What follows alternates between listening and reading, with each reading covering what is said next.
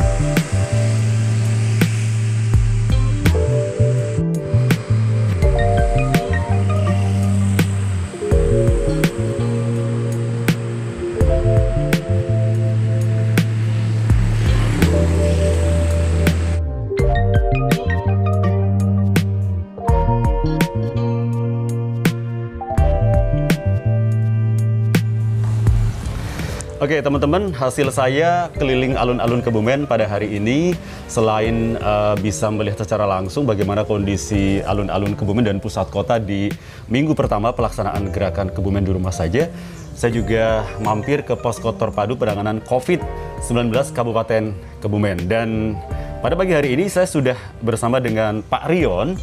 Beliau adalah seorang tokoh masyarakat di Kebumen yang juga menjadi relawan ya Pak ya. Relawan sejak COVID muncul ya Pak ya? Saya untuk jadi relawan sudah cukup lama ya, terlibat di kebencanaan, dan saat ini juga karena kondisi COVID seperti ini juga tetap terlibat, karena kami melihatnya bahwa apa yang terjadi saat ini juga bagian dari bencana. Karena betul, bencana itu bukan hanya bencana alam, bukan hanya banjir, tanah longsor, tapi wabah penyakit. Wabah penyakit ini juga bagian dari bencana nasional ya. Baik Pak, kondisi terkini Pak dari situasi pandemi di Kabupaten Kebumen menurut pantauan dari posko penanganan itu seperti apa Pak kondisi saat ini Pak? Kalau untuk yang terpapar COVID naik ya Mas. Naik ya, naik, masih terus, naik Pak ya? Masih naik, terus kemudian yang meninggal juga cukup banyak, cukup tapi tinggi. Ada kesembuhan Pak, bagaimana juga? Ya, ada kesembuhan yang baik juga, gitu ya. Jadi ada harapan positif untuk masyarakat ya? Oh iya, pasti ada harapan positif untuk masyarakat. Dan makanya hari ini juga seperti yang Mas Dahri lihat, semuanya dalam kondisi sepi semuanya. Sekali. Tadi sempat keliling, toko-toko semuanya tutup, bahkan nggak cuma di pusat kota, di pinggir-pinggir kota seperti tadi saya lewat Pasar Tengok Suruwang itu Gebang Retno juga sangat sepi. Dan ini menjadi indikator bahwa masyarakat Kebumen mempunyai kesadaran tinggi Pak ya. Sudah merasa memiliki bahwa ini menjadi kebutuhan kita untuk menangani penyebaran virus COVID yang masih terus berlangsung ya Pak ya. Iya.